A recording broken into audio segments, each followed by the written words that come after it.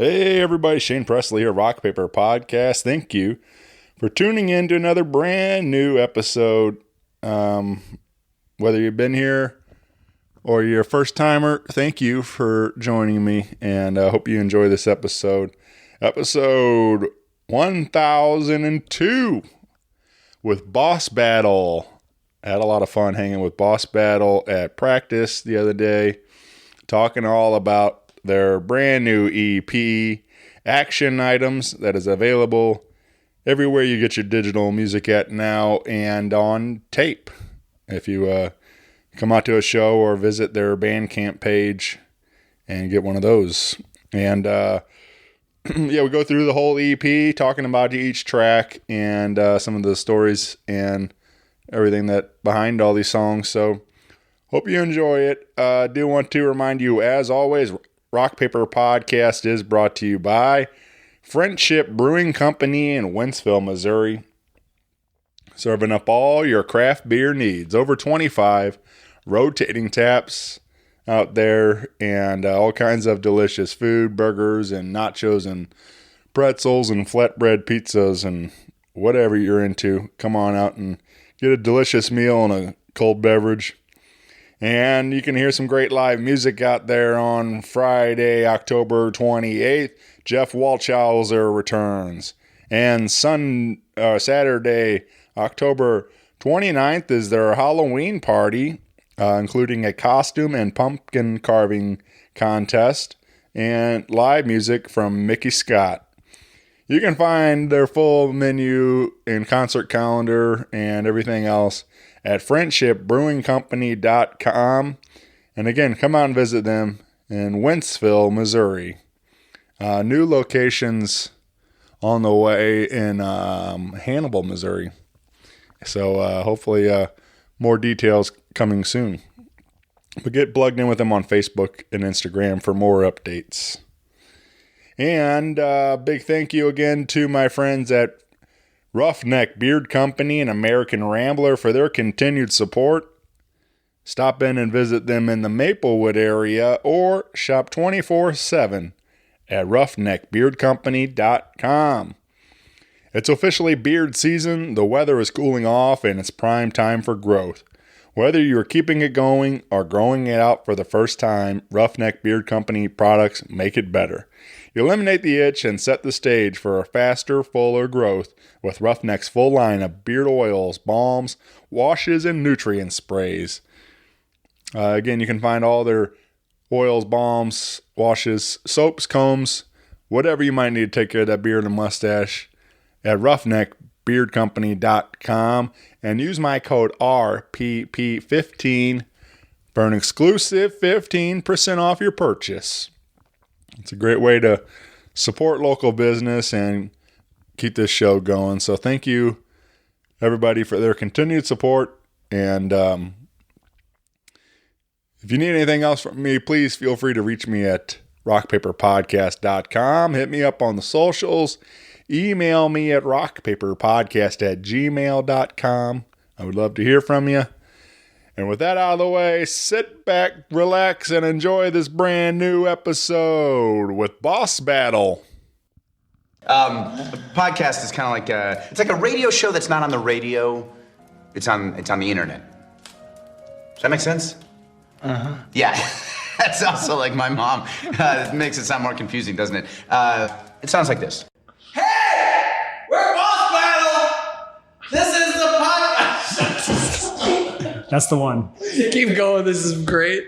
Hey, this is Boss Battle! There's four of us! You're listening to Rock Paper Podcast! Rock Paper Podcast. This is beat paper, paper covers rock.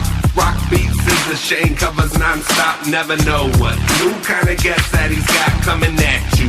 Live and direct on the spot. Could be rock, folk, country, or hip-hop, jazz. All kind of folks that he has. Could be an artist or a comedian to make you laugh on the Rock Paper Podcast. double-decker fudge round, rolling round town. Shane coming at you live and direct from ground zero. He's your hero, he's your bestie. Rock Paper Podcast with Shane Presley.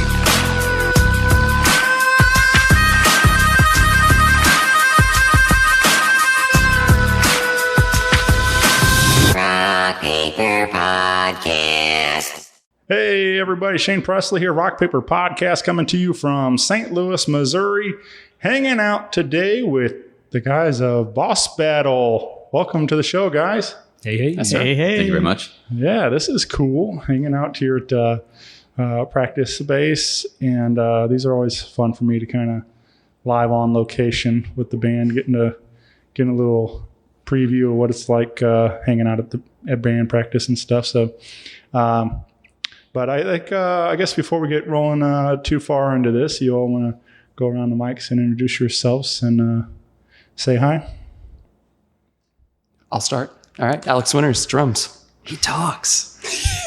Thank you for giving me a microphone. Andrew Bono, I play guitar and I scream and shout.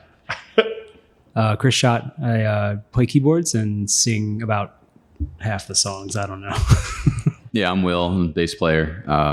Chris and I share lead vocal responsibilities. Yeah. But Chris is the showman. I don't know. Well, that's what, definitely one of the first things I noticed as I was listening to the EP on the way over is that you guys do split vocals. And I always find that a lot of fun. Like, just offers a lot of variety in what the band is able to do and stuff, having multiple lead singers and stuff. So yeah, it's always one of my favorite things to having multiple voices coming through like that. Yeah, and we like getting on each other's songs, to be able to throw a blend in there, harmonize with each other, or just add something to something, and that way it still sounds cohesive at the end of the day. Every song is a Boss Battle song, whether he's singing it or I'm singing it. It's not like we have an Uncle Tupelo situation brewing. I wish we had an Uncle Tupelo. I know, right? Yeah. Well, we'd be It's a lot neat cooler. to see the dynamic when we work songs together. You guys are both holding the door open for each other. And it's like, well, you want to sing this one? No, you can sing this one. No, you sing it. I sang that last part. What's kind of cool about that is I feel like that happens organically. Like, Yeah. I'll bring in like a song idea and we'll start playing it. I'm like, I think this is a Will song.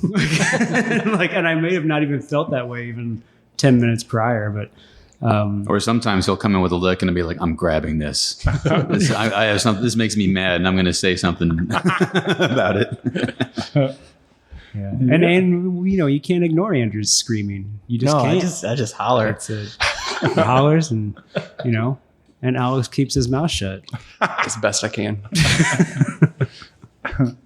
Well, I guess take me back a little bit. Let's start at the origin, I guess, of Boss Battle, how things came to be with this project. You guys are fairly new to, you got a lot of you guys have been in other bands, but as far as Boss Battle is still a pretty new project, right? I would say yeah, because interestingly enough, like this is a kind of a pandemic band, even though that it technically formed before the pandemic happened. We were this was like the end of 2019, I think, right? So the year before that, I was actually on your podcast for a different project. It was a solo ska record that I'd like put together, and you were kind enough to like let me kind of showcase it there. Yeah. And about a year passed, and I was playing with other bands and stuff, and I've just always had this like itch to keep that project going, but it was just me. So like, it was hard to like organize that. And I did the classic, the total classic, put the ad on the Craigslist looking for folks. Cause the thing about St. Louis, especially I guess even like 2019, there's no reason for you to know this, but like recently the past year or so, there's been actually a ska resurgence internationally. Like it's kind of bumped back up on the radar. There's some bands that have gotten some notoriety. And so I was feeling that happening or starting to happen. And I thought it might be kind of cool to put together like a real band. And luckily, I think, I don't know how long the ad was up for, like maybe a couple days. And Will shoots me this message and he's like, hey, I'm so down. And originally I wanted this to be like a soul ska, kind of like the Slackers or Hepcat, like in that realm of like soul music, but like, with some like reggae, like rock steady influence stuff. And it has not turned into that at all, but which is honestly a blessing, I think. But Will responded, and Will was in a really, really awesome band back in the day, who still does things periodically. Love it. Isaac Green of the Scholars, later known as the Scholars, and that was one of my favorite bands when that band was very active. Right. So I was a little like, Did you know it was Will from the Scholars at that moment? he told me. Okay. Yeah. All right. Yeah, I pretty much put that on my calling card. You name dropped yourself. All right. My, Yeah. my Gmail is willfromthescholars@gmail.com. But like I was immediately like, oh hell yeah, like I want to play music with this guy for sure. Yeah. So So that's you hadn't met prior to. no, Yeah. not at all. And then I think Will knew Alex from maybe a different music project, and dragged you into this, and then Andrew, I don't know, remember like It ended up on a Facebook group. Oh, where you right. posted anybody interested, and you said, "I think I have a bass player. I think I have a drummer. Is anyone interested?" And I was like, "Oh, sure." And I messaged you, and you name dropped your old band, and I was like, "I remember them from like some show in South County in 99 or 98 Right. or something." Yeah. And then you said, "Oh, cool! I've got this guy named Will. He was in the Scholars," and I was like, "Okay, I'm in." yeah, we're I pretty don't big even know fans of who the that drummer is, but I'm in. It's Yeah. hard to. I'm sorry. Well, go ahead. Well, I was in the habit at that point of, for whatever reason, of like trolling Craigslist for band Right. listings, and not necessarily always with the intention of joining anything, but it did happen a couple of times. And I think, so I had been in the Scholars back in the 90s, and then I had been in a South City original band called the Phonocaptors for about a year before moving to California. And they went on and got semi-big. They got big for St. Louis. And just a dynamite band. Anyways, but after that point, coming back, I was in an original band, but that really started to taper it off into kind of a dad band just because we all started having kids left and right. And then was doing cover music for like 10 years, and I was really itching to get back into like songwriting and that sort of thing. And so I was kind of just keeping my ears to the ground, who was out there doing something that sounded interesting. And I met Alex in one of those bands. It was Steadfast and Foolhardy. Yeah. Kind of a little like cowpunky, like poet rock kind of thing. And it was cool, but I was joining them kind of at the tail end of their thing, not knowing that, but that's kind of how it shook out. But I just immediately vibed off of Alex's playing. But I mean, we didn't know each other before that, necessarily. And so when Chris posted the thing, I'm pretty sure I messaged you within a day because for whatever reason I was pretty like OCD about checking those listings. And then I went to Alex and I was like, "Okay, Alex, we're going to make you a ska drummer." And I'm sorry that we have to do this to you. You did not have any experience. It's a really different style of drumming when you think about it. When you listen to like true form ska, and like I'm almost like thankful that you haven't fully gone down that rabbit hole. Like you've kept a lot of like your rock identity. Yeah. Alex comes from. It's pop punk, post hardcore. I mean, yeah, it's Well, exactly. hey man, I'm there too. But yeah, well, and a quick insert. Pretty sure I saw Chris play when he was in Failing English back when we all probably had very swoopy emo hair in Farmington. I just didn't connect the two. But yeah, to your point, you wanted to start that kind of soul ska, and then Will brings me in and is like, "Hey, you should learn how to play ska." And I'm like, "Okay, cool. Yeah, here are all the pop punk ska bands I know." And Will's like, oh no. Literally, slow down. Yeah. But it's been good, right? There's definitely there's a different dynamic there that I think I've learned to incorporate in the right space. But you're right. I think Andrew and I definitely pulled that soul ska to one side. So we're trying to find that balance.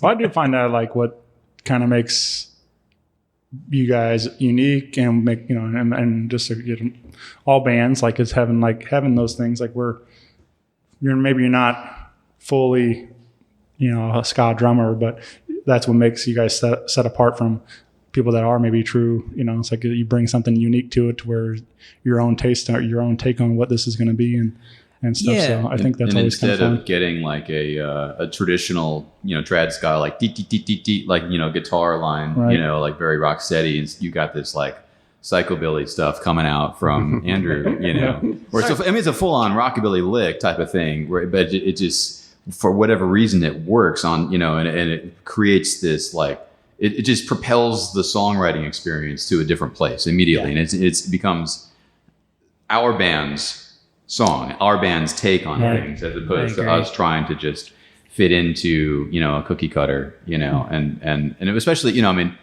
you know, Chris and I at the start of the thing started putting together like an inspiration playlist on Spotify, you know, like what kinds of things were guiding us. This is within the first like week of us, you know, talking and stuff like that. And it's like, oh, wow, you know, he put a song by the Frighteners on there. And I was like, this is better than anything we're ever going to do if we go down the soul ska route, you know. And it was almost intimidating, you know. And I didn't want it to be like Scholars 2.0 either. So I'm really happy that with you know, kind of the you know, and it took us probably 6 months or so before of songwriting and playing just in this room right here, you know, before we felt like we had enough of a set to play out. And then pandemic happened. Like we were literally booked with the Pilfers in March of 2020. Yeah. And, you know, that was going to be our first show. That was going to be our introduction to St. Louis ska scene. And that got put by the wayside. We basically put our instruments down for 3 months. And when we came back in late June or July or whenever that was, it was obviously at first it was just a, can we still do this, you know? And secondly, it was kind of a point of reflection for us to take a look back at the things we had done and really just toss things aside that didn't feel like us anymore, you know? And a whole bunch of new songs came out of that time period. Oh man, yeah, I think half of this EP is from that season of writing. I think so. Like I remember realizing a point where I was bringing songs into this room completely finished. I was like, you do this, and then I was realizing, like, hey, wait a minute, like these songs are way better when I just bring in like, I don't know, a fourth of a song, and I'm like, all right, everyone write it, you know, and we'll spend like a practice or two just kind of like jamming on like one riff, you know, or like one or a couple riffs and trying to work out bits and pieces and moving from there. And it's really been more productive and honestly a bit more rewarding too. Yeah, that way, you know, like it feels like I've been in bands before where I've not been a primary songwriter, and like I've just been given like basically like, here's what you're doing, this is the protocol for the song, and that's fine, but it's a little unfulfilling. So it feels a little more cohesive here. I really like it a lot. Yeah, well, very cool. Well, we mentioned the EP, and that is now readily available wherever you get your digital music at. Or cassette tape. Yeah. we printed some tapes. Yeah, man. I think that's very cool. Like, I mean, I love, you know, taking home some sort of physical product of, you know, to support, and whether it's, you know, tape or CD or vinyl, and, you know, it's just fun to have. I always kind of like, I might, you know, personally, I might spend it more on Spotify just because it's convenient in my car and everything. But it's nice to have the same thing. Like, you know, at least I don't feel as guilty about it because I did buy, you know, a physical piece of it. Hey, as long as somebody streams it somewhere, we'll get that penny eventually. Right. So. And you guys did so much work. You guys, I'm looking at Chris, but you did a lot of work to make that thing happen, and it actually did turn out really, really nice. And I don't know if you want to plug, you know, artwork and all of that. Oh yeah. Big shout out to Kevin Willingham who did all of the artwork for this EP. So we have a deluxe edition of this EP where it comes with like the theme of the EP is like bad corporate America. Okay. And it comes with the deluxe edition, which you can get at our shows, comes with like these bad like corporate posters that you would see in a workplace. And so like there's it's a memo packet. Yeah. You're supposed to sign it when you get it, and then, you know, pass it to the next person. You know, it's an HR onboarding. Yeah. But he did all the artwork, and he did a phenomenal job. He absolutely knocked it out of the park, and it looks amazing. So we're grateful for that. What's this I hear about your TPS reports? Exactly. There's a TPS report in the packet. Yeah, it's in there. And then Andrew played the part of the disgruntled employee and scrawled our song lyrics over the backs of all of these sheets. Yeah. Always wanted to write lyric sheets. Never had an opportunity to put lyrics anywhere. But you, like I said, it's now available, and it's titled action items, right? Mm-hmm. And 5 songs. And we want to start with a song called Midwest Feels. This is kicks off the EP. And what would you guys like to share around with this particular song? This song is a pure product of the pandemic lyrically. Okay. But more or less, it's a song about what I consider to be a really unique Midwestern trait about like not talking about your feelings, Sure. and then letting them kind of like stagnate. And then for some folks, that ends up being really a negative experience, and the things that can happen when that happens. So that's what this song's about. Yeah. And being a ska song, we invite you to basically poke fun of that while it's happening. Do some wiggly dancing or whatever it is that you do, I mean, that's kind of the fun of the music, is that we can write fairly serious themes or, like get out stuff that's in our heads, but at the same time, not be mopey and crabby about it. Rough day turns into a rough week when you live inside your head. Push you deep down inside and carry on. 'Cause your of inferior needs is ruling once again. Push you deep down inside and carry on. 'Cause around here we don't talk about those things. Around here we just keep it in our brains. Hoping and praying, crying and shaking. Midwest feels keep my heart inside of my brain. Have you ever put your hands in your face and felt the sadness inside your head? Push you deep down inside and carry on. Everyone's got their own shit, man. They don't wanna hear it from you. Push you deep down inside and carry on. 'Cause around here we don't talk about those things. Around here we just keep it in our brains. Hoping and praying, crying and shaking. Midwest feels keep my heart inside of my brain. Alright.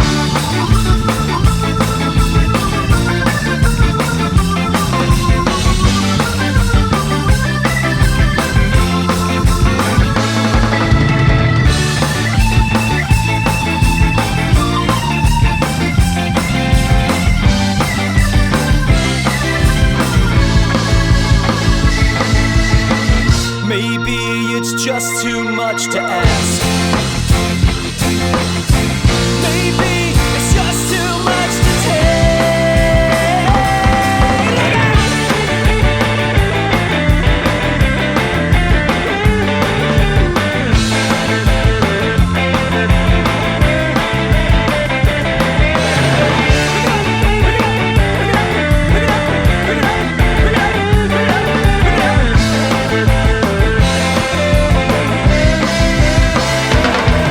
Cause around here we don't talk about those things. Around here we just keep it in our brains. Hoping and praying, crying and shaking. Midwest feels keep my heart inside of my brain.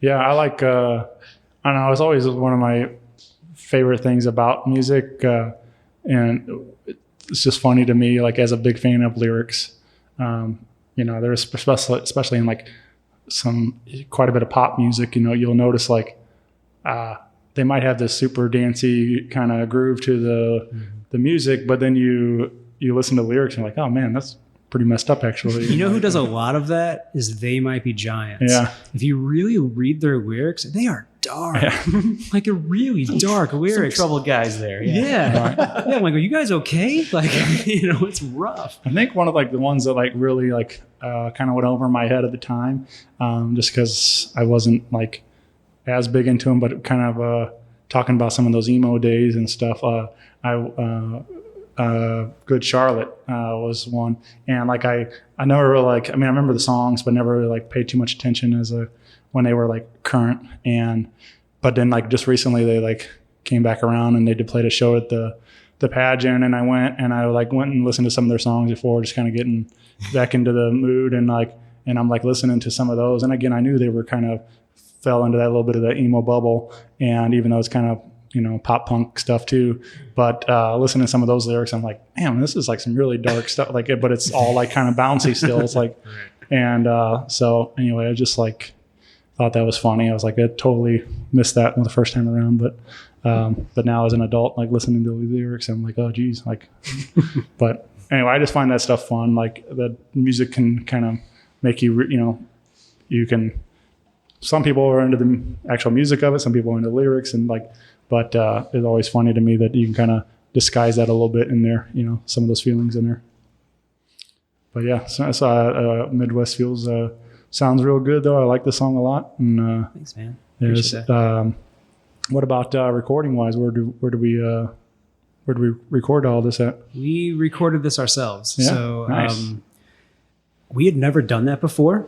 We did a demo about a year prior to this EP. Recorded by our friend Daniel Williams, who recently passed away. Actually, he actually dragged his whole studio into this. Oh room. yeah, he packed in the back of his car every piece of gear. Every piece. It was during COVID, so like he was like, "Hey, I can't have you in my place, but like I'll come to you." We're like, sounds good, man. We were in here with masks on, and like he set up controls in one corner, and we did our stuff in the next room, and it was just like we didn't know how to interact with people. All right, but he brought all of him here.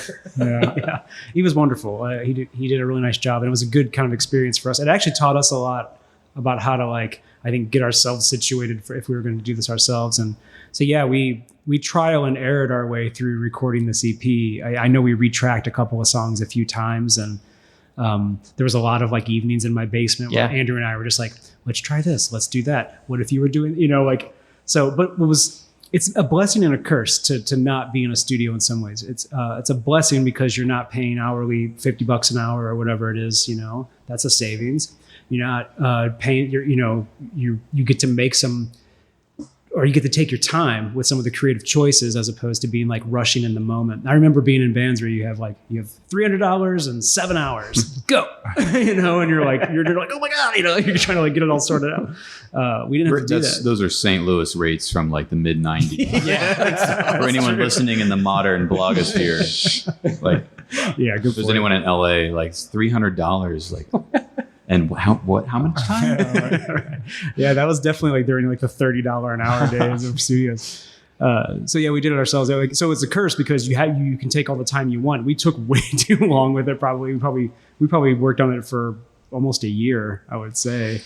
Yeah, I mean, I agree. I think there's a lot of back and forth, pros and cons to all that stuff. But I think there's something to be said about just like going in and having the pressure to create. If it works for some bands, and then some bands, you might want to take some more time to dial it in and get it right for you. But yeah, what I find is that the bands that can successfully do that, basically play live in the studio, so to speak, they are phenomenal live bands. Right. They've already played these songs 300 or more times, and that way they know how to listen to each other, know how to play off of each other, and that sort of thing. And we aren't at that point, but fortunately we had played live enough. When we did the demo, we had yet to play a live show. Right. And it kind of showed in our approaches to things. We didn't quite have the feel down on a couple of the songs, tempo wise, or just kind of what they needed, but just even a handful of shows, it became pretty quickly evident, like, okay, this is something people are responding to. We need to pump up the beat just a little bit here. Mm-hmm. We need to lay back and pull back on this one, give it room to breathe on that one, that sort of thing. And I mean, one big advantage of doing it ourselves is when you are focused and you at the same time are exploring on concepts, you do have the room to go back and change things. You know, I mean, we ended up retracking drums on, was it Bottle This Up, or what was the other? Bottled Up and Midwest Feels, actually. And Midwest. So we retracted drums on 2 songs, even with all the digital tools at our disposal. The feel just wasn't right. You couldn't just like nudge things enough. So it was just a question of like getting it to where we felt like it matched what we wanted in the live experience. And doing it ourselves is really the only way to do that economically. Yeah. That said, kind of want to go to the studio next time. Yeah, it works both ways. I mean, you know, if we get a few more shows going and we go into the studio with the mindset of just like 3 hours, 4 songs, and one of them's got to be a hit. God damn it. You know, that gives you a different kind of creative tension, and that can be really fun to play with too. Yeah. Well, let's talk about the track 2, and this one's called "Come Out and Dance." And that's like one of the first songs we wrote. Yeah, it might be the first song we wrote. Yeah, we had a handful of songs like we had, like from that Spotify playlist of like soul music that we just tried to learn together just to have some noise to make. And we just on a warm up, a riff came out and somebody said, "Do that again," and it just got louder and louder every time we played it. But as Will was like talking about the live show, this is the one I imagine you guys can get a pretty good response from this one, because it definitely has that, especially when the chorus kicks in, like where you want to nod along a little more to it, get into it, and get a little rowdy and have some fun with you guys. Yeah, definitely. And I think the bridge of it even more so than the chorus is because that's when we slip into kind of our only spot of just full on 2-tone, skank party. Right. And people go nuts for like 15 seconds. Yeah. That's all we're going to give them. Yeah.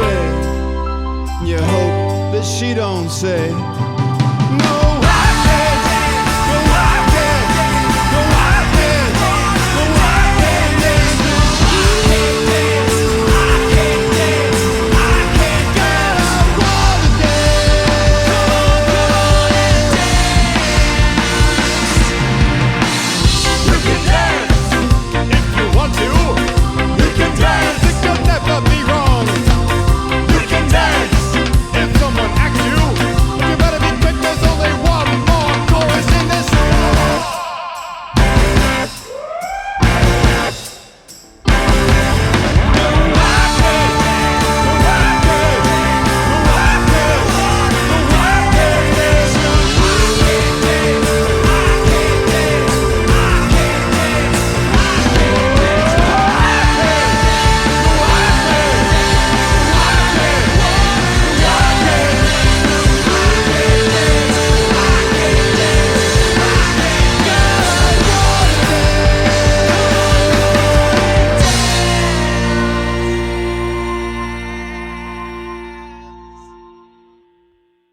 Yeah, it is. It definitely gets people going, and it's one that in the recording process we kind of amped up some of the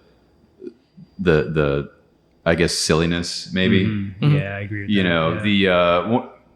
So I'm not very experienced as a singer, and just backups here and there and that kind of thing. This is the first band that I've sung lead in, and so these are the first songs that I have recorded lead vocals for. And typically speaking, when you do the recording process, you lay down scratch vocal at the start, so there's something that everyone can play along with. But then you're going to throw that away. And then when it comes time to record, the hit vocal, so to speak, the keeper, I struggled for a long time trying to figure out like what's my tone, what am I trying to do? It's interesting because I think that was like the first time you had to think about that. Because like when we play live, you just kind of like go for it. Oh yeah, totally. Yeah, you're just like, all right, let's go. And then like here, you're like, oh shit! Like I have to like I need to like think about where the zone of like what's too much, what's too little. And, yeah. I personally would love to hear the progression of the I can't dance line from the very beginning to where you landed, because it changed quite a bit. Yeah, it did. Yeah. And it landed where it needed to land. Yeah. And so I kind of invented this, like, again, kind of rockabilly inspired screech, more or less, and now we play that live. It's just part of the song. Yeah. It's part of the persona almost.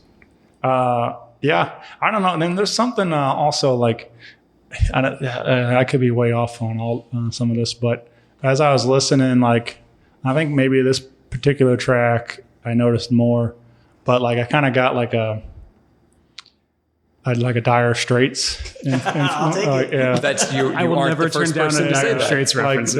Like especially because like the way with some of Will's vocals, like it's almost like there's some talking lines kind of thing, like they do, and then there was like a couple of things you guys say, and like also to even with like some of the keys and things like that too, where like even like a Talking Heads kind of influence I felt came through some of that stuff. So somewhere mashing together Dire Straits and Talking Heads, even though those two I wouldn't say are necessarily. Is that almost not literally what the Reddit, like somebody on Reddit said about that song? Like it's pretty. Oh, is it really? Oh, it's I didn't know that. I think it was Dire Straits and Devo. Yeah. I think were the two that they gosh, combined. And that's it's so like, funny. Yeah. that's an organic like thing that has Right. come out of us. It's like whoever's mixing up the Kool-Aid, like you ever make Kool-Aid out of the same pitcher over and over, and like you leave like a little bit in there and you just add the sugar water in the next packet. Yeah. Like there's been Devo in all of us. There's Dire Straits somewhere in this room, but we didn't bring that in here. This is a ska band. Sure. But yeah, I just those were some things that kind of triggered in my memories listening to these songs. I was like, and and then, like I said, not to that you guys are, not like you guys are ripping them off or what. It's just that you can tell, you can hear some of those different influences Yeah, coming we through and definitely stuff. breathe it and feel it. Yeah. Well, I think, a lot of that Talking Heads and Devo and post-punk in general, to some extent, differentiates where we're coming from versus, kind of like the typical like battlegrounds of ska are either trad ska, soul ska, where you have a big horn section and you're really just like leaning into like the groove, versus punk, ska punk, Real Big Fish or You look at me. Goldfinger. yeah, and, Goldfinger, Leslie Jake, whomever, and where it's just energy, and with us really being keyboard driven in terms of the melody lines and just in terms of like kind of the saturated part of the sound and being tight as a 4-piece, we align more to that post-punk, that early 80s post-punk kind of ideology. Yeah, we've debated. I mean, for the whole length of this band, it's like, do we need horn players or not? And we've always settled on nah. We kind of just don't. It'd be nice for part of a gig. A couple songs have some spots where horns would be great. Right. But we've all been bands where there's 6 or 8 people involved, and that makes band practice really hard. All right. And to build upon that, I think the identity of this band is like, even from the beginning, was very tight. I felt like we were all kind of on the same page, like just kind of in how we wanted this band to operate. It's an adult band. Like if we miss a practice, fine. Politically, I think we're well aligned, and it's like I think it's also that fear of like, if a fifth person comes in, Oh, like, yeah. oh no, like, Oh man, yeah. That's a good point. Like, I don't know if it would just it would change the dynamic of a lot. Yeah. Of I mean, they're probably okay people, but if they happen to be like off of our style just a little bit, like if they're vegan, I'm like, oh, what are we gonna do? or maybe they drive a Volvo or something that's just not bad inherently, but just Hashtag different. controversy. That's how the band ends. Yeah, right. A vegan- Andrew hates vegans, and then Boss Battle goes down.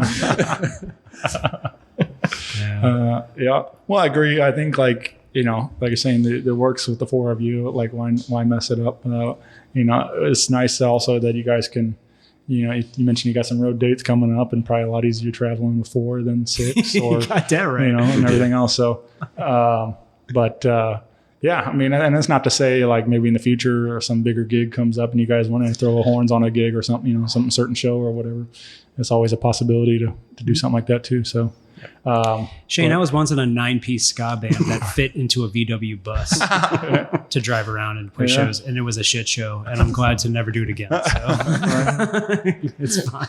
But I was wondering about, because like I know like you guys kind of touched on it there with like, but they say like there's like the first wave of ska, second wave ska, and I think I heard a podcast the other day, they were talking about Goldfinger, and I feel like they said something like they considered maybe then like the third wave of ska, and but now you mentioned like there is this kind of a resurgence lately. There is a lot of, I mean, we just we even locally here in St. Louis, we've got some really solid ska bands, and but even like across the country, it's there seems to be this resurgence right now. So Well, and it's speaking the new language of pop too. I mean, we played a show at the Sinkhole not too long ago with this cat from LA called Eichlers that takes the hyper pop, mixing and applies it to ska songwriting and whatnot, and it's just phenomenal. And he showed up. It's just him and a DJ. He's got backing tracks, and the DJ has a vocal effects pedal, that he basically tries to sabotage the singer with. And the singer is just pure energy. Like his quads are as big as my head, because he's literally dancing the entire time, the entire show. Yeah, Our show and his show. He's amazing. Yeah, and amazing. it was so Eichlers was on tour with this other, like, I don't even know, hyper emo band, Dynastic. I'm not sure how you would call them. Yeah, that's probably a pretty done. accurate Yes, well description. done. And they also had the DJ singer set up, but the singer would also play guitar. And I was just kind of blown away. I mean, I've been doing this kind of music since the early 90s. And this is the first time I'd really, in a while, that I'd seen somebody just take a completely fresh approach and feel like, I want to do something like that. It just felt extremely invigorating. And I feel like, I don't know if you call this fourth wave or not, but I feel like there's a new energy in the music and across, what's being produced right now. I think that says a lot. Sorry, because I kind of put you in like this like purist ska box, and so for the Eichlers to like have made such an impact on you, I think that says something. Yeah, I agree with Alex for sure. In terms of terminology, like it's kind of funny you bring up like fourth wave, because like there's this total gut reaction from the modern ska scene that like no, there's no more waves. Yeah. So there's first wave, then there's two tone or the second wave, and then there's we're calling this the new tone. Yeah, it's new tone, but it's in you like new metal, Yeah. but it's new tone. All right. Look at these. Alex is passing out beers. Thank you, Alex. I don't want one, but you can. I'll take Chris's. No, I'm good. I'm good. Thank you. But so you guys are going to start doing some Limp Bizkit covers, you're saying? God, I hope so, man. Mudvayne first. We'll do that. Mudvayne, a little finger 11, if you will. That would be quite the pairing. Do like a ska version of Limp Bizkit or something, or whatever. I don't know how you would pull that off. But. Well, the beauty of ska is that you can pretty much play anything and fuck it up. There's so many great ska covers that are terrible songs in the first place. Yeah. Right. Just give them upbeats. Yeah. We do a lot of covers in this band, and we kind of like cycle them out. So we do Sinead O'Connor's version of Nothing Compares to You. We do Material Girl. We do Material Girl. The one we're trying to kill. The one we're trying to kill. We probably won't play that You one. guys next year. have been trying to kill that for months. Been trying to and kill it. It's just its problem is it's too fun to play. I know, and people yeah. like it. Yes. So we keep playing it. And I keep suggesting cover ideas. I mean, I actually suggested "Baby Come Back" as a ska, a smooth ska sound if we can do that. I mean, it's almost as much as for like an experiment in chaos as much as anything else. For our own enjoyment. Really. Like we have a theremin back there that if we feel like things are getting a little bit too stale, just plug in the theremin and then suddenly good things happen. Alex brought a timbale, to add to his kit just Best because, just because it's silly in a sense. Right. It kind of makes us laugh. But it actually legitimately adds to songs. Well, didn't I hear? Did I hear a melodica on one of the recordings? Sure shit did. Yeah. Did. Yeah. Chris eats the melodic. Yeah. I mean, I own a melodica. I mean, I guess it means I should use it every now and again. But I personally miss it, Chris. yeah, I'll think about it. It's tough when you have like thousands some dollars on keyboard and then somebody asks you to play like a $15 piece of plastic. It is really fun to play. I'm just not very good at it. Yeah.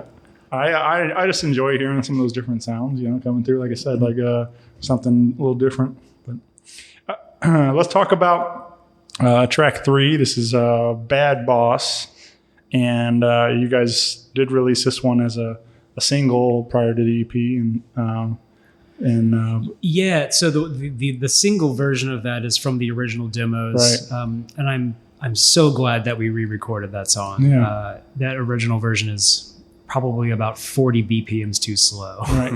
That's what's. I mean, but I enjoy as a fan. Like I enjoy hearing, like the rarities and demos and B-sides or what, different recordings, and then like hearing what ultimately you guys put on the record and stuff. Like I like having. I was being friends with a lot of bands over the years. You kind of get used to the version, and then all of a sudden they'll go in the studio and they'll cut what becomes what you really know it as. But sometimes you get attached to some of those other songs versions, until you know it.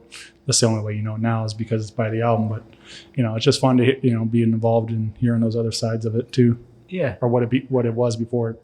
Yeah, and we took the demo version of that song and I gave it to my friend Dave Sharma, who was the drummer for the Scholars. And who now teaches drums and also does like producing on. He's done producing and beat mixing for years now, and he's half Indian. He produces like Bhangra and Moombahton and like all this like really clubby, dancey dub music. He's not afraid to dubstep on something if you ask him to, and so I basically we sent him the stems and I said, I want a dub of this song. And what he produced was really cool, but I realized that my bass line didn't actually work for a dub. And so I rewrote the bass line and sent him a different track. Just simpler, more like, like tough, like TUFF in the reggae tone. Yes. And I realized that I enjoyed playing that bass that way. So even though, the dub version of the thing is the rarity of rarities, it's the B-side of a single that we, barely released, but it impacted how we approached the song going forward. Yeah, it gave it like the energy we were looking for. Yes. Yeah. Like, I mean, go back and listen to the dub if you haven't heard it. It's really fun, Yeah. Yeah, he really killed it. Yeah. Absolutely killed it. And personally was the inspiration for the timbale. There you go. I didn't know. It was. Yeah. Also, that song is interesting because each verse is a true story. Yeah. Of one of our bosses, and I think like one of the verses is like maybe a hodgepodge of. Yeah, I think there was like a shared Google Doc where we all like contributed a paragraph about I used to work with this guy that was like this. He was a real dick. And Yeah. And then these two just kind of pared down the nuggets into like these little. I mean, in 2 sentences, you just kind of like feel like, oh yeah, I remember Scorpion that guy. Tat and a snow cone shack. I mean, I had a boss that had an unfinished scorpion tattoo, and because he passed out while it was happening and woke up and was like, "No, stop!" Ran off and never got it. Like he finished. wasn't expecting to get a scorpion I think tattoo. he just forgot. Jesus Christ. Yeah, and it was right on his arm, like below his elbow. Yeah. It's great. So yeah, I mean, sometimes the songs just write themselves. All right.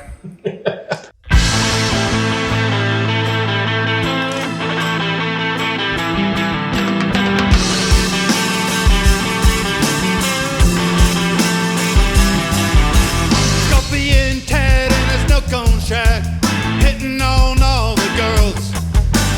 Coming in late, hopped up and loaded, ain't got a care in the world. Well, they might be cool if they wasn't in charge of me. This is my first job, I was only 15, even I could see. Bad boy! Hey, offer me some cocaine from a mile on his keychain. They can't be all the way safe. I gotta quit this job.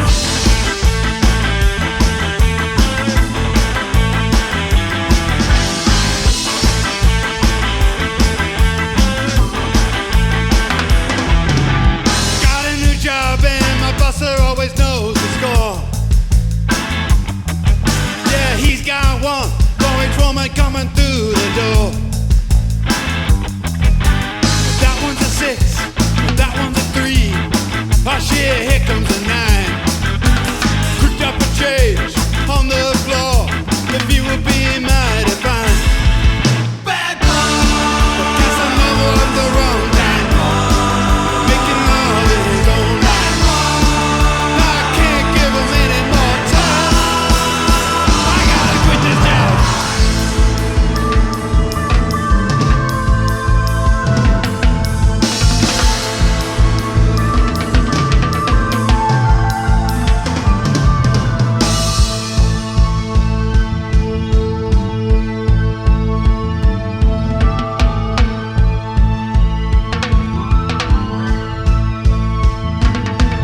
I was home from school, I needed money pretty bad.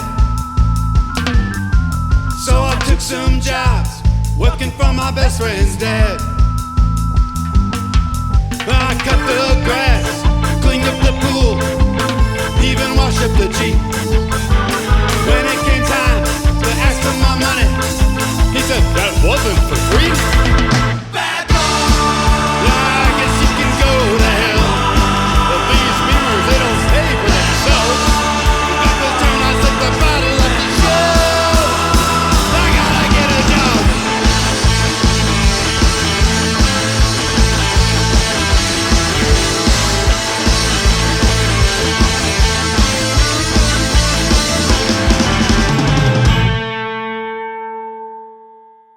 However, we need to be more mindful of song names because I often tell people our name is Bad Boss. That's your problem. Yeah, that's not a you problem. That's a me I would say problem. that song also probably inspired the theme of the EP in some ways. Like there's just kind of like a corporate-y work element to that song, even though I don't think there's one corporate job talked about in the song. Those are all like minimum wage, paid under the table jobs, I think. Yeah. Right. Yeah. Yeah, I thought it was a lot of fun. I mean, obviously, very relatable, I think, for most people. Like, we've all kind of, especially when we were young, had working a lot of random odd jobs that we probably hated. And, so there's definitely a lot of relatability there. Or maybe you're still working that job you hate. So, I'm I haven't really never gone into the whole corporate, cubicle world or anything like that. So I'm this guy right here can tell you all about it. I'd say. We'll have to write a Bad Boss 2 at some point. I'm down. Yeah, I think that's a good idea. Can we, Actually, Parquet Courts wrote a song called Freebird 2, and I think that's about the funniest thing I've ever heard. Freebird. Even more free. Even freer. Yes. Yeah. All right. Let's talk about track 4. This is Time's Up. That's another early song that we wrote. Yeah. Second or third, maybe. I had this kind of groovy Rhodes piano line that I've been messing around with for probably half a year. Never really had a plan for it. I mean, so one of Chris's like musical backgrounds and ended up on the inspiration list is like the New Orleans, Allen Toussaint, kind of. I love like New Orleans jazz era, like New Orleans jazz or, like Professor Longhair and all those dudes are just legends, And in fact, I drag my poor wife down to New Orleans every few years or so, just so I can hang out in the French Quarter and like pretend like I'm cooler than I am. You know what I mean? So like we'll go see like the Preservation Jazz Hall Band, and like we'll go to what's Professor Longhair's bar's name? Even he's long passed away, but he's got a bar called Tipitina's, which is the title of one of his like famous songs. So. But so like I think like that was kind of a product that keyboard line was kind of a product of that, but then it kind of turned into like a. I heard it and I thought it sounded like a protest song. I mean I don't really know why, but like it just gave me this like energy, and this is early in the band. Trump was still president, and there was definitely kind of just this bubbling discontent, and so. I took his line and wrote a bunch of like kind of angry protest lyrics on top of it.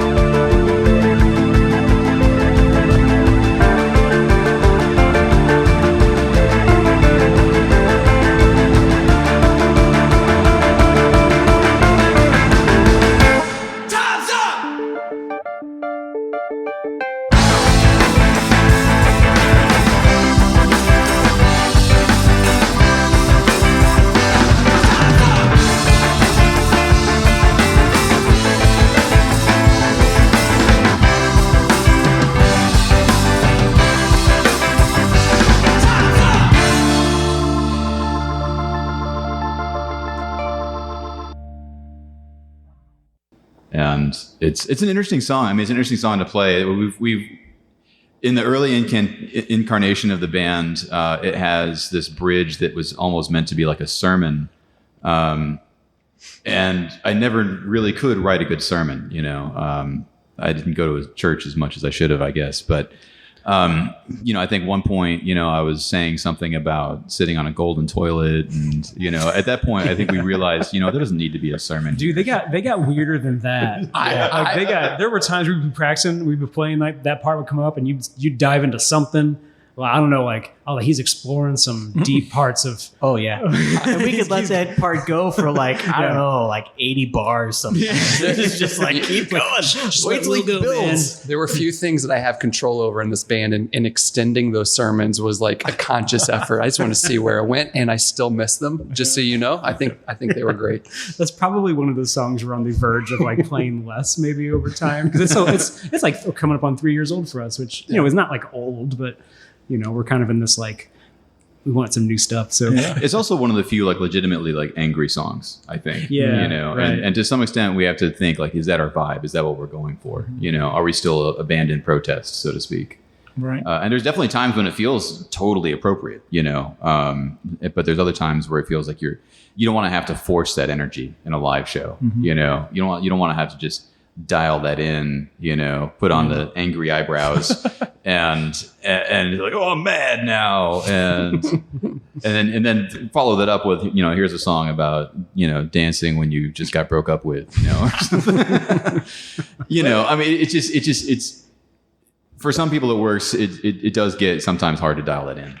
What I find interesting about music is and obviously it's a reflection of our history, but we constantly keep going in circles, where things are relevant again, and maybe it's a different message, but it's still the same feeling. It's still the same.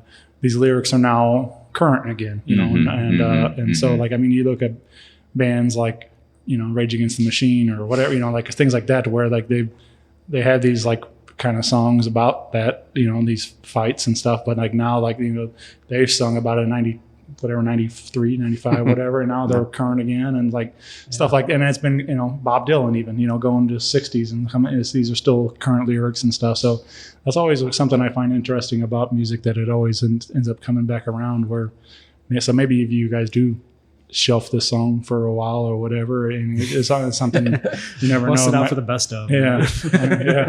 Before this, you were talking about some people listen more to the music, some people listen more to the lyrics. It's one of my favorite things right now, where conservatives are now understanding what Rage Against the Machine was actually saying. Right. Oh no. Oh no. Yeah. Or watching people in Blue Lives Matter shirts realize that killing in the name of is not about what you think it is. Well, I was also something what was it was CCR, Fortunate Son, right? He was I guess Trump wanted to use that as buddy, and the song isn't for you. Yeah, and that's what Fogarty had to they email don't use the song, what are you doing, this is not don't you understand the lyrics, and this is not about so again it's some people just kind of think it's hey America, and it's it also speaks to this idea of lyrics being reimagined and reinvented based on its current cultural climate, so yeah. But, yeah, I mean, there's a whole thing. So I went to art school, and for the artist who creates the music, are they actually still in ownership of it once it hits a listener's ears? Once that listener decides it means something to them, it's hard to take back. It's hard, who knows how many folks had Fortunate Son on their playlist, and then now they've scrubbed it because, Fogarty rejected Trump. I mean, but it's this whole thing of whose song is it really? Who does it belong to once it gets out there? Sure. Yeah. Yeah. I do find it funny how many lyrics have been misinterpreted over the years like that. It is, but once you put it out, however people attach to it, they have their own meanings. It's kind of not yours anymore, in a way. And that's kind of, I get some of these are more, I guess forward than others, but some of them are open to interpretation, enough to where people do attach their own stories to these lyrics and things. So, but yeah. tangentially to that, as a drummer, it's funny when we record and I'm like, oh, that's what you're singing. Oh, I like that. All right, yeah. Yeah, I guess you don't get to hear too much back I there. really don't. We do have. Let's talk about a big show coming up on your calendar. You got December 16th at the Conservatory in Alton, Illinois, and this is going to be a super fun night. You got Boss Battle along with Boomtown United and Orangetree, who just recently got back together and started playing some shows. So, going to be a fun evening. Some ska tunes. Yeah, it's a Skalidays show, Yeah. as they're calling it. We're happy to spread some Christmas cheer. Again, about songs about breaking up with people and stuff like that. It's pretty common. Are they really calling Skalidays?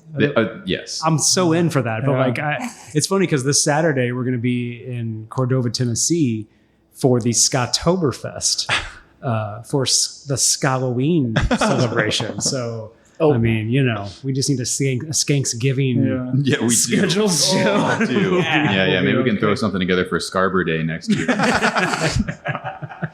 Can we please do a Scarborough Day show? Wait, there's an awesome Arbor Day beer festival in St. Louis where almost all the beers are made with like trees, like some part of the tree. Maybe we just tell book them that. we're coming. Yeah. Yeah. You had me at trees. Yeah, that's gonna be fun. And I know Orangetree's playing with the Urge at the pageant for Thanksgiving that weekend, Friday. They've come back with a vengeance, man. Like they've been playing shows, and I think they just played with.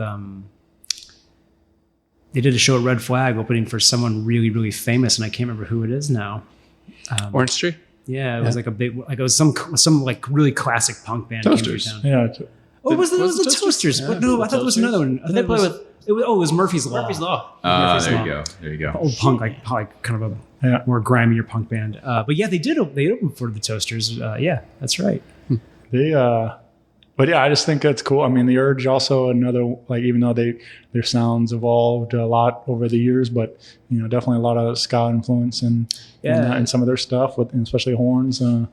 Their album, Receiving the Gift of Flavor, I still come back to every now and again. I'm like, that's a good record. Yeah. And I love that Steve's still, supporting ska music even through the, his hot dog joint. We just was it last month or maybe 2 months ago? We played that the park next door to the hot dog joint, and with the Scotch Bonnets who came down from Maryland, I think. Yeah, Baltimore. And played with Ska Masala, which is Tommy Halloran's ska project. So, it was a good time, man. Good turnout for that show. Like it was a nice, beautiful day outside. Like a couple hundred people showed up. We just had a big old hot dog beer party. People dancing around. It was a good time. Yeah, I like that. I mean, obviously, I'm a huge fan of the Steve's Hot Dogs, but then like having the park there next door, having the stage, and being able to do some live music out there too is like really added another layer to it for sure. Yeah. So, Chris, I don't want to put you on the spot, but I'm curious why you didn't accept the Gutter Punk's jacket drink that he brought out and offered you. We played that show, and there was a guy who I don't know how to. I mean, he's just living his life, man. I'm not out to. No judgment. But he we played, and he was like, oh man, and I think Will like jokingly like gave him a tape, but like didn't give him a tape.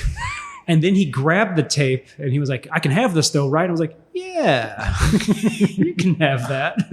We live in a post-ownership society. Yeah, exactly. Well, then he pulled what had to be at least a 6-month-old Gatorade bottle out of his pocket with that he had like refilled with some sort of mysterious brown liquid. It didn't look like a hard, like it was definitely like whiskey plus something, I don't know. And he goes, do you drink? Do you want some? And I was like, no, I'm cool, man. I don't need to drink the mystery fluid in your pocket, but I'm glad you're here. And this is where song ideas come from. right. Exactly. Yeah, that's the next album title right there, 6-month-old Gatorade. Yeah. It was- Surprisingly, does have an expiration date on it. Gutter punk Gatorade. Yeah. Let's continue to riff on this. Yeah. All right. Is it cool if we answer some questions that were sent to us? Yeah, absolutely. Um, We got a little fan segment here. We posted on the socials trying to get some questions, and you all delivered. I'll go to Twitter first. I blasted these out on our socials the other day, and some interesting stuff came through. Although, to be fair, I did only ask for stupid questions. Substitute Screamer, I'm guessing that's a Halloween name, Substitute Streamer, wants to know everybody's blood type. So I actually don't know my blood type. I have no idea. It's pretty fresh for me. Be negative. Be negative for Alex. Mine's red. You red, yeah. Red. Will, I don't know. Do you know? I've never had COVID, so I think it might What? be O. You haven't had COVID? You never got Never had COVID? Oh, man, you're not Do you living think if you have got it? COVID. I might have alien blood. I'm not actually sure. I've been watching a lot of X-Files. You might be the one. Our boy Javi, who's in this really great band called The Third Rates. We got Yes. to play with him a few months ago. He wants to know how we came with the name Boss Battle, which I think is a great question. Will, you actually came up with the name. You just blurted it out one day. Yeah. But we had a whole list of potential names. And I have that list right I here. revisited that recently, and it was a lot of fun. Shane, would you like to hear some of our previous names? I'll read the best ones. Yeah. We almost called ourselves the Centaurs for disease control. This one's my favorite. It's Holy Baloney, but holy is spelled like baloney. So HOLGNA, Holy Baloney. But Baloney has a first name. Participation trophy wife, cliffhanger, and the That was my favorite. Nicolas Cage against the machine, the M. Night Shyamalan ding dongs. Ope. But yeah, so Will I don't remember how like Will came up with the name, but he said it one day and we're like, you know what, that's the name. Yeah. Like, we just like it. And then I remember like when we were talking about having that as a name, Will came up with some kind of like visual idea of how the logo would look, and it just sold it for me because he was just kind of scribbling it somewhere and was like, oh, I like the way that'll look. Yeah, Will does like graphic design and stuff. Sure. He just stepped out to take a phone call, or he could tell you this himself. But like, he does graphic design, so I think he was like visualizing, like, oh man, there would be some really good like design aspects here. How would Holy Baloney even look? I mean, I don't know, man. Look, I know it's bad. I just think it's No, it was brilliant. TM on all of those. Yeah. I feel like you're saying though, like Boss Battle does open it to itself, like especially coming from a video game, idea of the Boss Battle, like being able to borrow from some of those classic, games and stuff like that. Definitely speaks to our like kind of separately shared experience as people our age of like growing up with Nintendos and growing up with television and seeing all the things in our lives happen on a screen. And then we kind of all work, because we're all grown-ups, we all work in these little boxes. And so we have, deadlines and bosses to deal with. And it's just a fun play on that. It's just like taking sad lyrics and making them danceable. Yeah. It's that same thing. Right. There's a local 88.1 radio show called Sky's the Limit. They have two questions for us. One is, in your 4-level bunk bed, who sleeps in what order? Oh, I like that. It's a good question. I love bunk beds. Who's top? I think Alex is top. I'm top. You think? Well, what do you think? You don't see yourself as a top bunk boy? I'm just wondering if I'm at the bottom and I just provide the beat that just transfers up. I don't know. But I'm not big with ladders. I'm not afraid of heights, but I don't like ladders. Okay. Well, I'll trade you. I'll First take thing the in the top. morning, I just want to be on the floor. I want to be You're on the floor. a floor guy? Okay. All right. I can be on lower level. That's cool. Okay. All right. I'm not gonna take anyone's comfort away from them. So you're bottom, I'm top. Yeah, you can have the top. They also ask, who do any of us play the harmonica? I don't know if they're looking for harmonica players or not, but I do not. I would be terrible at it.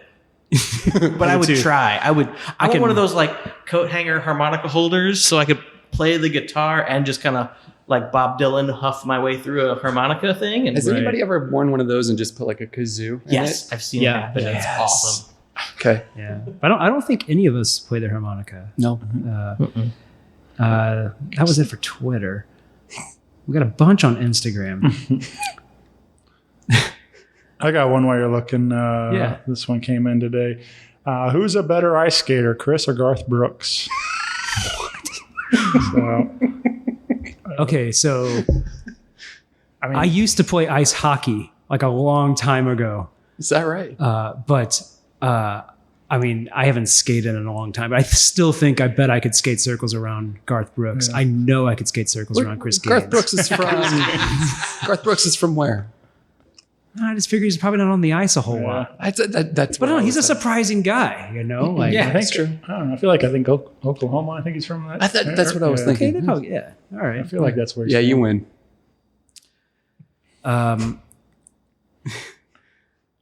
Is it true if you play your cassette tape backwards, it says "I buried Alex"? Oh. I have a feeling I know who submitted that one. I would suggest against playing it backwards. I would. Yeah, me too. I would don't suggest do against. that. You're gonna ruin your tape. Depends. You're gonna ruin your tape. Patience. Eichler's wants to know. Our good boy Eichler's from Los Angeles. He says, "What's the best superpower?" I'm gonna say predict the future, just because I want to be rich. Oh, nice. I don't know if it's a superpower though. I think the flight or invisibility, it's a toss-up for me. I maybe want to be invisible while I'm flying. That's my superpower. But only when I'm flying. Yeah. I'm not going to, I don't have a great answer for this, but has anybody watched The Boys on Amazon? Yes, I have. So good. It's so messed up. Yes. It's so good. So I may not choose speed just from the opening scene. Yeah, right. I don't blame you there. Gasoline for Cats by Cats says, would you rather be trapped with someone who hates ska, listen to post 9/11 country, or hang out with a ska denier? Wait, one more time. Would you rather be trapped with someone who hates ska, listen to post 9/11 country music, or hang out with a ska denier? Ooh. It's just not to. I know that. I know my answer. It's not to. I would take 1 or 3. Yeah. I think I hang out with plenty of people who hate ska, so I think I'm already doing that. Yeah, let's go one.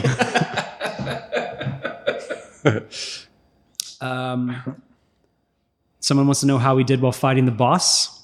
It's an ongoing battle, man. It's an ongoing It's battle. a journey. Yep. Next quarter's looking good though. Yeah. How many eggs can each of you eat in one sitting?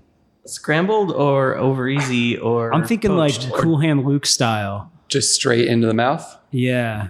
Cracked, but yeah. Yeah, I'm thinking Cool Hand Luke for like sure. hard boiled, eat the eggs. Yeah. I could probably do 7 or 8. I've done 3 raw in a sitting. What? Yeah. You eat raw eggs? It was not a great moment in my life, Chris. Who would win in a fist fight between Team Vans and Team Chucks? Now, this requires a bit of context. Oh. Because I've moved on to Team Skechers, apparently. Oh boy. They were on sale, buddy. Yeah, drums, guitar are Team Converse. Mm-hmm. Keys and bass are Team Vans. Yeah. I don't know. I think we could just like hug it out. You know? We'll find a way to live with our differences. And I moved on to a middle-aged white guy, and There you like go. it. Shane's got the New Balance on. You mow grass in those, get them nice and green. yeah. Oh, yeah, buddy. mow all kinds of grass in these, man. Yeah. Let's see. Any other good questions in here? What is Boss Battle's favorite animal and why is it cats? that's an answer for Chris, I guess. Yeah. Well, hey, we Oh, got and me. honesty. Yeah, three cat club. We got a lot of cats involved in this band. Yeah, I think that'll do it for questions. That was fun. I'm glad you guys posed that question of questions. Well, we got one more tune we wanted to share closing out the EP with a song called "Bottle It Up." And this, what do we want? Anything come to mind with this one? So this song is was kind of our attempt at writing a kind of like heavily influenced Phil Spector style, kind of like doo-woppy, like the Crystals, or even when like Phil Spector was like fucking with the Ramones, like that level, that era of like production. And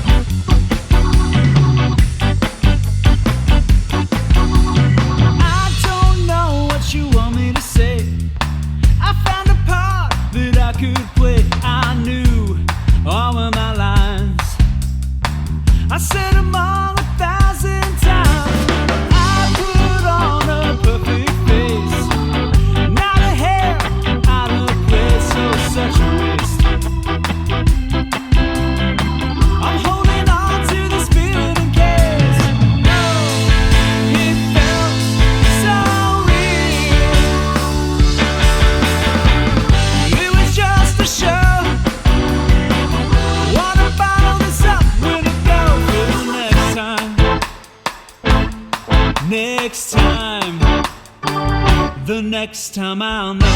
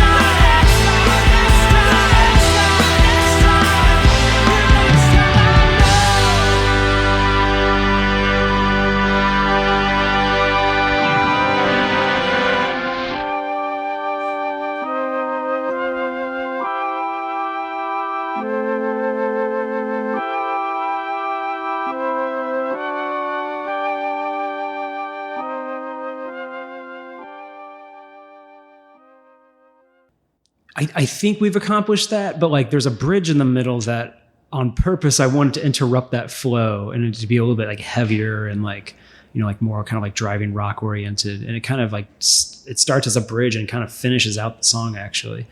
But it's another, sado girl song, with chipper music surrounding it. So, and it's a lot of fun. We had a lot of fun playing with the aspects of like that type of music and that style around like that wall of sound, not trying to record it wall of sound, but trying to like emulate the different parts of a song that would have had the Ronettes in it, or a song that was produced to have like 7 layers of background vocals. Like, what could we do as 4 people?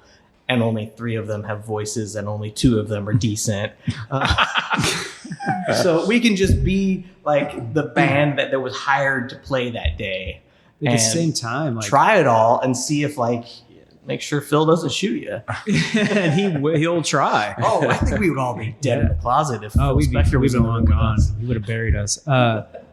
There was a part during the recording process of that song where I actually went in and I was like, I'm going to do a bunch of like do wop wop wops and stuff like that, and I did it, and I was like, this sucks. Like I can't do that. Like there's a special kind of vibe you need to do that really well, and I just don't have it. So and I think that's something we're still figuring out, is we want it to sound full, but there's a lot of restraint in that song that I actually think goes a long way. And as a punk drummer, that's hard for me to get into that zone, right? Especially after maybe we've played Come Out and Dance, or we've played another song right before that when you've got your adrenaline going, and you really have to pull it back to let that song, speak for itself. Yeah. We've moved that song earlier into the set just because when it's later in the set, we're a little bit tired for it.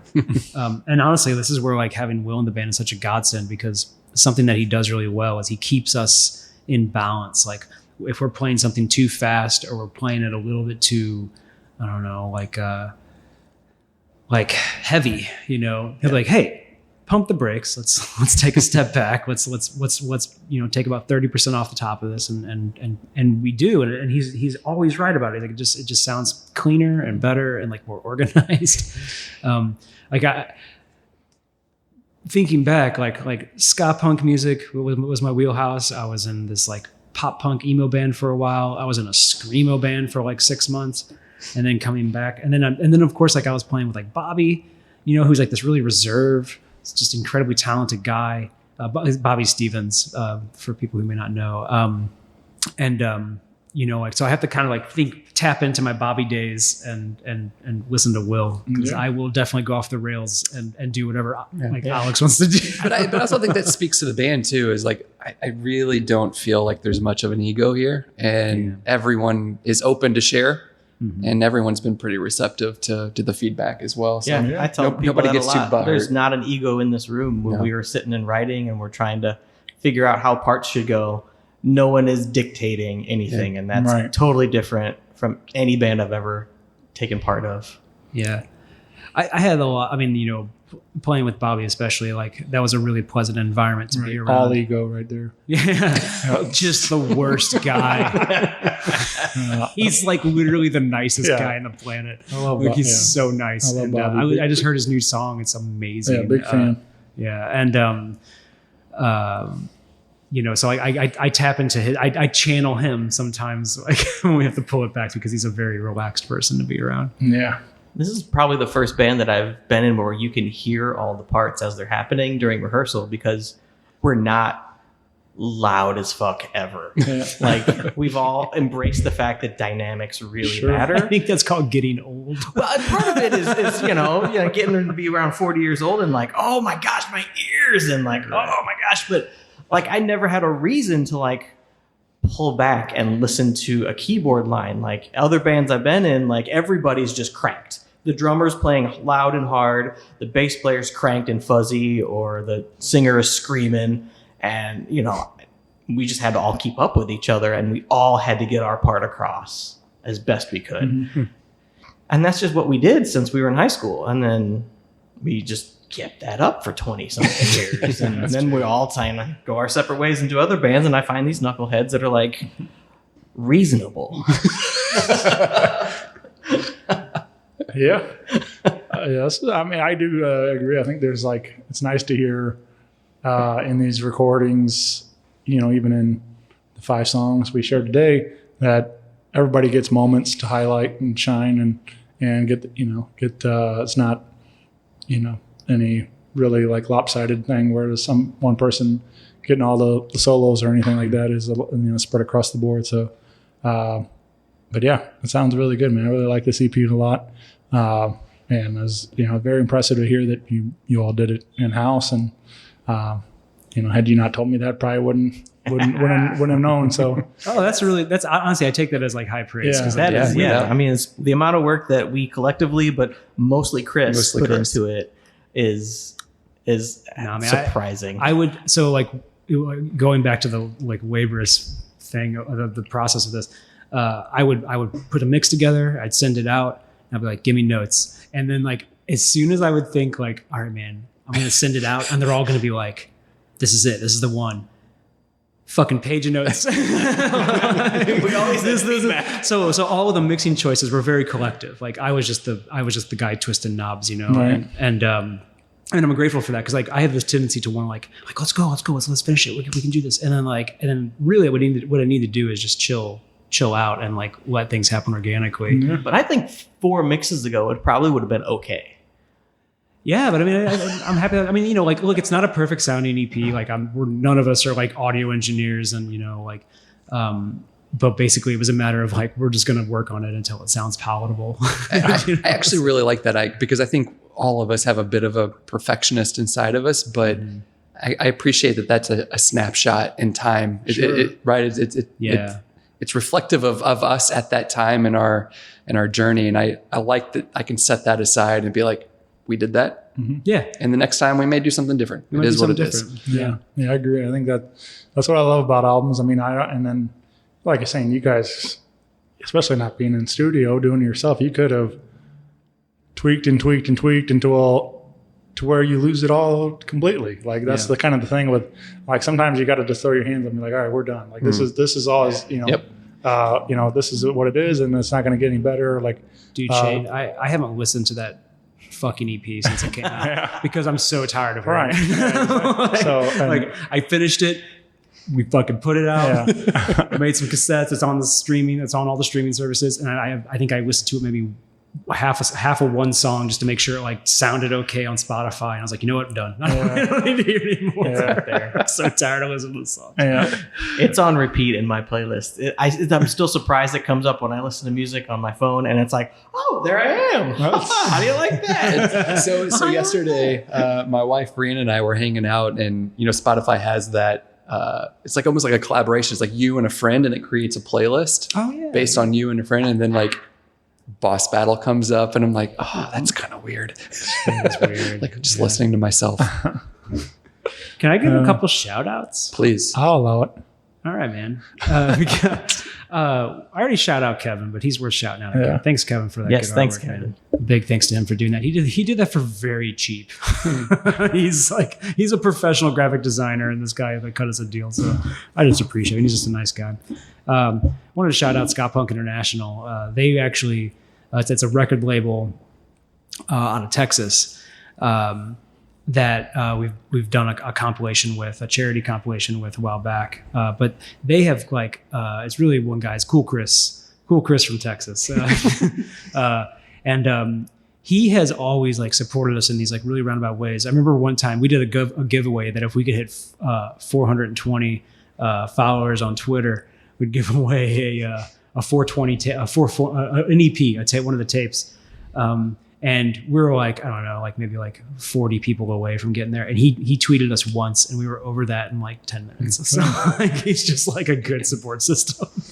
I wanted to thank Wes Hoffman over 314 Punk too, because he's always saying nice things about us, and I appreciate that. and what he's just doing for the scene as well. Yeah, I think it's great. Do you know much about what he's got? What he's up to? Yeah. Good guy. He's doing a cool podcast, but he's just doing a lot of good support for the local punk scene, and it's really good to see. Big fan of Wes and what he's been doing, and great music, and his band's badass. Yeah. Really good band. And then a shout out to Tim Snow and Ningwood Records. Ningwood Records is a local record label that's been putting out ska vinyl releases. They just re-released the Orangetree, the first Orangetree record. They're getting ready to put out the Secret Cajun Band record, which I'm super excited about. And there very well could be in the future a Boss Battle release on that label. So we'll see what happens. But nice. we're hoping to squeeze a 7-inch out of them if we can. Yeah. We'll see what happens. Yeah. That's always fun too. In this community, the splits and different things like that, having 7-inch or whatever, just there's a lot of collaboration among the punk community and ska and like these different circles of music and stuff. So I think that could be really cool. Man, when you get people like that in your scene, you have to make sure they know they're appreciated, like it's and like, people like you, Shane, like you've been doing this for a long time, man. Like what episode is this? Do you know what episode this will be? I'm not sure on the number, but there's just about 1,000 of these out there as we're recording. So that blows me away. Yeah, it's wild to think about for sure. But just about 8.5 years I've been doing this now, and get to meet all kinds of people. So it's a lot of fun.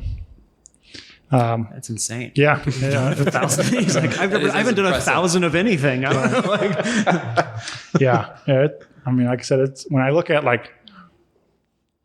it as like a catalog, like it is wild to me to think about it like as 1,000. But yeah, and I just keep going, man. Keep my head down and keep turning them out. Like I honestly kind of like. I think it's. I mean, you're being very humble about it, which of course is the right thing to do. But like, so Midwest. Yeah. But like, there's this. I mean, like, I truly do think like you're creating kind of like an archive of like St. Louis music. Seriously. That's how I look at it. I mean, I do think like I don't.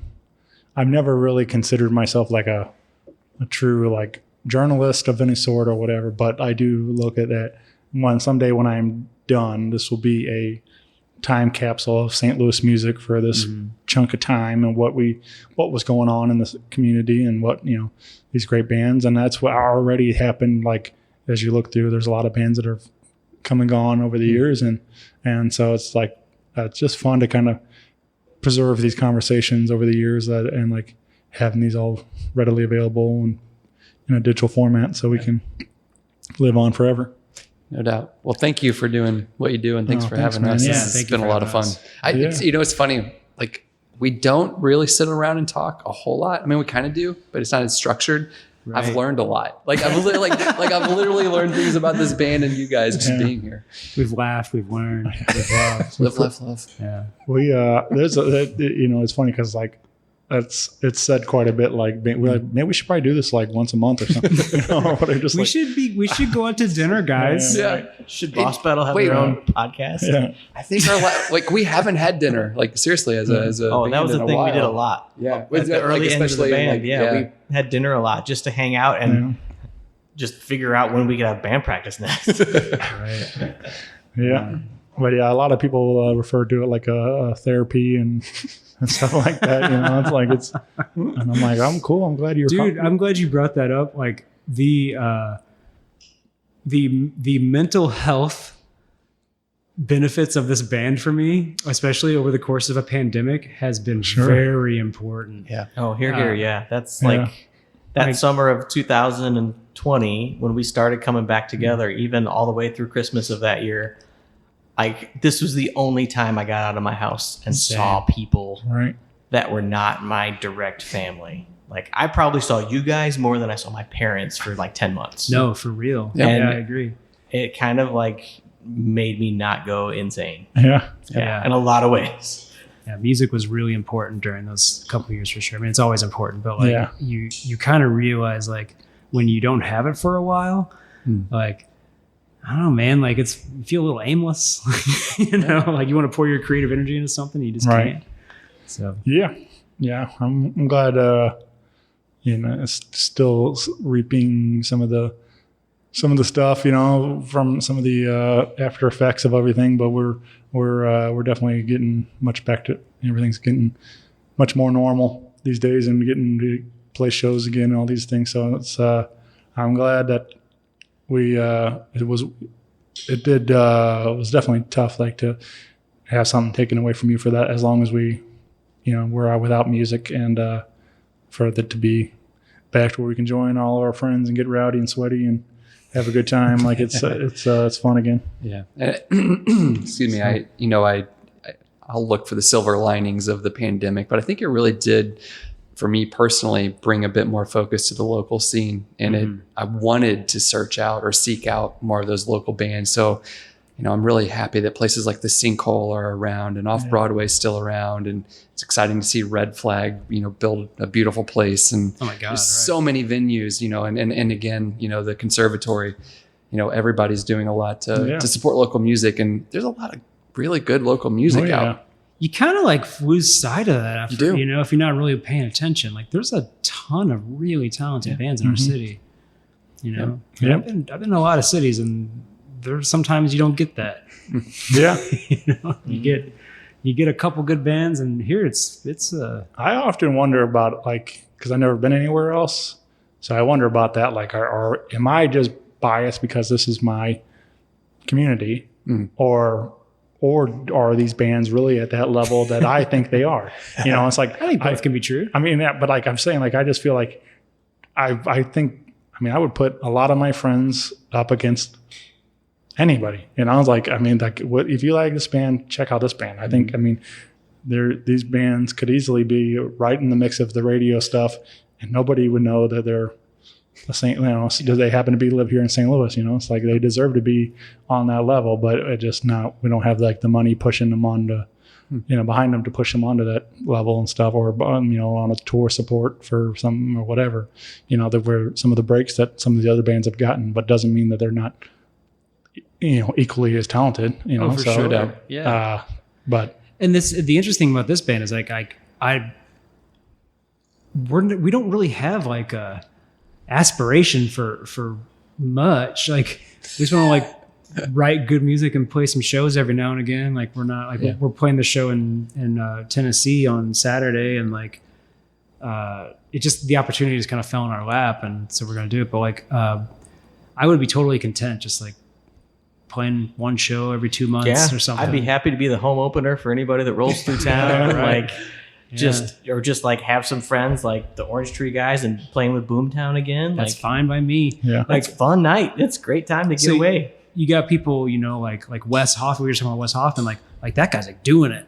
Like they're going out almost every weekend for shows. They're touring around. They're pushing to be published in different publications. It's impressive and cool for them, and I love that. Like I can still have a really meaningful conversation about music with him, and we're over like maybe we'll practice this week, maybe we won't. I don't know. Like it doesn't matter. We'll get around to it eventually. Sure. We're just gonna have a good time. I think it's funny though. Like you three have like fairly extensive touring experience, and I was never quite in that band that did that. So like I'm probably the one that's like, maybe we should do more. Let's go travel. I'm a not little against bit. it. I'm all right with it. Yeah. But yeah. yeah, well, maybe next year we get a little more, start some more weekends out and do something like that. Get to put some more feelers out there. I talk about it a lot, but obviously that's what's very cool about St. Louis also is that we're right in the middle of the map, and it's ideal to hit Kansas City and Columbia, on a weekend or whatever. It's like you can do a lot more, hit some other markets relatively easily. Yeah. So, or whatever, Nashville, Chicago, all the other. Indy's close. Right. Yeah. You're right. I mean, we're so close to so many big, medium-sized cities that it's not hard, to come up with a weekend trip if you wanted. Yeah, that's true. But yeah, maybe that's something to shoot for next year. But yeah, anyway, this has been a ton of fun, guys. I'm really glad we did this, and thank you again for spending some time with me, and let's do it again soon, man. Yeah, man. Thank you so much for coming on out. Yeah. Thanks. All right. Thanks, everybody. Bye, everyone.